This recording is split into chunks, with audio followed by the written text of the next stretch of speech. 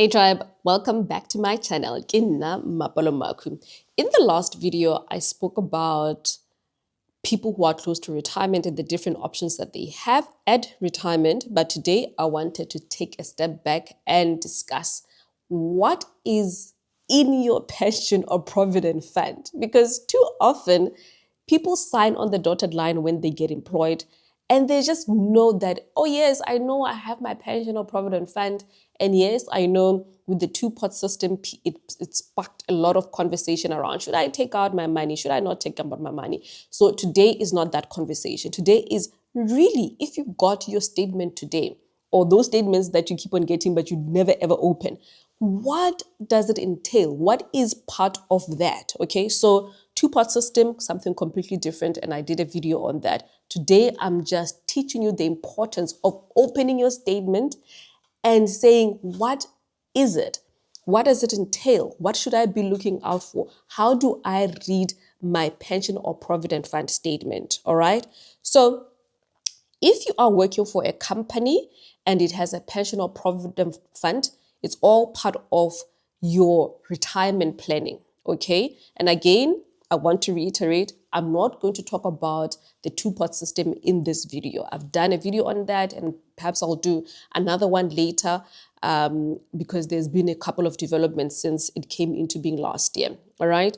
So when you receive your pension or provident fund statement, you will see most of the time there are two things. Okay. And this is applicable not to every employer, but for most employers, they do have a savings portion. Then they have what we call group risk benefits. Okay, sometimes you'll find that some employers just say, okay, you contribute a little bit, I'll contribute a little bit, and it goes into this into this fund where you are saving for your retirement. So it's just money savings that you're going to get at the end of the day. Okay. Some employers go a bit further and say, all right, so we've catered for the fact that you will retire at the age of 60 or at the age of 65, and we are putting some money away for you, and you can even contribute, right? So some pension or provident funds, you will contribute, your employer perhaps will match whatever it is that you're contributing. So it can be 7.5% of your pensionable salary. And they also contribute 7.5, so meaning that you'll be contributing about 15%, right? And so actually that's sort of free money that you're getting from your employer. If your employer matches what it is that you're contributing, try to contribute the maximum that you can possibly afford to, so that you grow your money that way, all right? Then, so that goes into the savings, that money that you will get when you retire. On the other hand, there is what we call group risk benefits. This is where your employer says, okay, this person is employed with us and we want to make sure that they are secure while they're working for us. So if there is death, if there's disability, some sort of sickness, we want to make sure that our employees, our employees are secure. And I think when we are changing between companies, this is another part that we completely forget. And this could well be one of those negotiating things. You know, a lot of the times people just look at, oh, okay, this is going to be my full package. And we take a look at what it is that we'll be getting into our bank accounts versus saying, all right, what does my current employer have in terms of my pension or provident fund and the group risk benefits? Am I getting more where I'm going, which you should try to get, or am I going to get less? So that could also be something where you're negotiating when you're moving employers to say, well, my current employer gives me 4 times in terms of life cover or gives me X amount. What are you guys giving me? Okay, so never just ever just go for a new job based on, okay, this is how much I'm getting. But when you move onto this site, you're getting less in terms of the benefits that you're getting. All right, I hope that makes sense. So there is the savings portion. All right. Remember, nothing to do with the two-pot system, completely different. The savings portion, meaning what it is that you're putting away towards your pension or provident fund. right? So with that, that's what people just kind of look at, like, oh, okay, I've worked for 10 years. Now I have R1 million or I have 2 million, depending on what level you are at.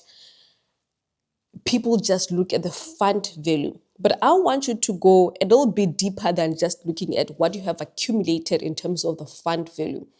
I want you to take a look at what funds have you chosen.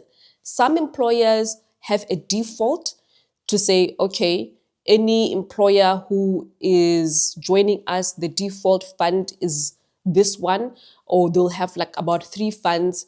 Some will be moderate, some will be aggressive, some will be conservative, or they will even say, we are going to do what they call life stage. So life stage, where life stage model, where they will say, okay, our employees who are between the ages of 25 to 40, we'll put them in something aggressive. From 40 to 50, we'll put them in something a little bit more conservative, and so on and so forth. So you have to go and look at that and say, hey, does it actually match where I am and my own goals, my risk appetite, and the age that I am currently and the age that I want to retire? So asking yourself those questions. Then another very important thing that you should be doing and considering is updating your beneficiaries on a regular basis whenever there's a major life change. So if you've had a child, if you've gotten married, if you've got divorced, you've been widowed, any type of change that has happened in your life, or perhaps you had written your parents and they've passed away, or a family member, just whenever there's any major life changes that impact the beneficiary form that you filled out, always remember to go back and correct that. And I mean, it's a good exercise for you to do every single year. And I know with most companies, they should at least send you your fund statement every single year. Hopefully, like I said, read those emails. Don't leave them unattended. And some of them even have a portal where you can go and check your pension and provident fund statement. So just familiarize yourself with those platforms. Okay. So again, I said there's a savings portion, there's funds you can choose. Perhaps it's on a life stage model, but find out from human resource and say, okay, is this in line with what I'm trying to achieve? How long I still have to work for, and my own risk appetite. Okay. Then on the other side, I think this one is the one that we ignore. And this is one of the most crucial things about your pension or provident fund, is that you have, and like I said, not all companies, but most companies, and that's your homework to go find out if your company does have the savings portion and the group risk benefits as well. Okay. So what are the group risk benefits? So this is where a company says, we are going to ensure that our employees have life cover. Okay. So it could be 3 times, 2 times your salary, your pensionable salary, depending on the agreement with the company. Okay. So you have life cover. Sometimes they can even give you income protection, which is so crucial. I actually did a podcast now recently with Bidvest Life talking about the importance of income protection and critical illness. Very, very, very important. Because if you are not able to work, your bills don't say, well, shame, this poor child is sick, so we won't keep, the bills will keep on coming. So it is very important to know what your group risk benefits entail. If they have income protection, fantastic, because normally it's slightly more expensive type of insurance. And if you have income protection, one thing I can tell you right now, if you are sitting in front of some financial planner or financial advisor, one of the things they should be doing is taking a look at this thing, your pension and provident fund, looking at, okay, this is how much you've accumulated, these are the funds that we've spoken about, and also taking a look at, okay, does your pension fund have group risk benefits in terms of your life cover? So how much more do you need in your personal capacity? But if you have income protector with your employer, and someone else sells you income protector, fire them today, because by law you cannot have two, or you can have two, but they won't pay at the same time if you ever claim from your income protection. So you only get paid from either your employer or the insurance company that you have it, but they will never say, oh, okay, well, from your employer you can claim, then from your insurance company you can claim. Okay, so if you have a financial advisor who has not looked thoroughly at what you have with your company and they've duplicated income protection, go fire them today. I give you permission to do that, all right? But if you have a good one who knows that you can't have both, then you've got yourself a good financial planner, all right? Stick with them. Then another thing that perhaps some employers will give is critical illness, because I mean, I don't know, I read claim stats that come out of different insurance companies. And my goodness, the top four things that people and young people our age are claiming for when it comes to critical illness. It's cancer, breast cancer, prostate cancer. It's strokes.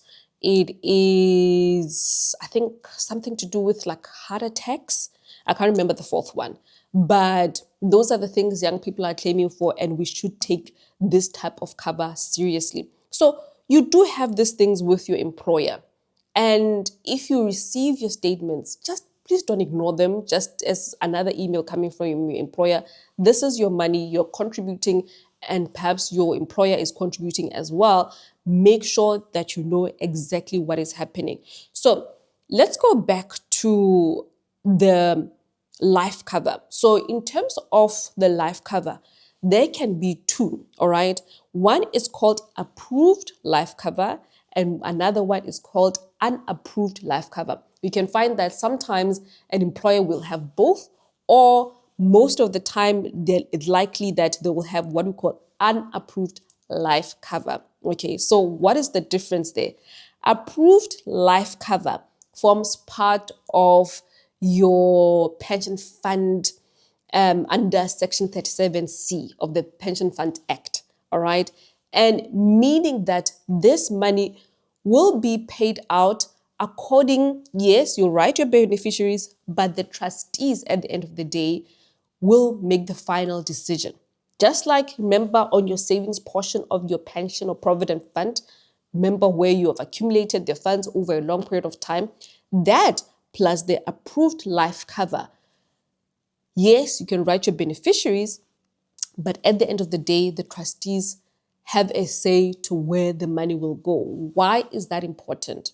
That is important because trustees are there to make sure that people who are dependent on you, that the money goes to, right? Because sometimes someone can write, oh, I want this money to go to my aunt. I loved her so much. And you have kids and you haven't updated this thing in the last 15 years. So it is to protect those people who are financially dependent on you. Okay, so that's approved life cover, and also the accumulated funds that the beneficiary, the trustees of your pension or provident fund have a say to where the funds will go. Yes, still put your beneficiaries because it's important. It gives them a guide, but they will do further homework to say, actually, who was financially dependent on this person? And I mean, in the example that I gave you, clearly that is scary. If you had just written a beneficiary and they paid it out to that aunt and you have 2 or 3 kids here who are financially dependent on you. Okay, so I think for me, it does add a layer of protection, which I think most people don't appreciate until it happens to them. Okay, but I've seen in practice that actually having trustees involved in that approved life cover and in the amount that you've accumulated really helps families out. All right. Then under the different life cover, remember I spoke about approved life cover and unapproved life cover. So unapproved life cover, that one, whoever you have written as a beneficiary there, that money goes directly to them. This is literally the contract that your employer got for you with an insurer. So that one is not questioned. It doesn't go through the trustees whatsoever. So please look at this information. It is such crucial information because it forms part of your estate planning. It forms part of your retirement planning and just your overall financial planning as a whole. Please let me know if you want me to explain something further when it comes to your pension fund, or if you want me to help you read your pension or provident fund statement. I'd be happy to do so. Email me at info@womanandfinance.co.za. And if you find this information valuable, please remember to share, like, send it to a friend, and most importantly also, remember to subscribe to the channel. I will see you soon. Bye, tribe.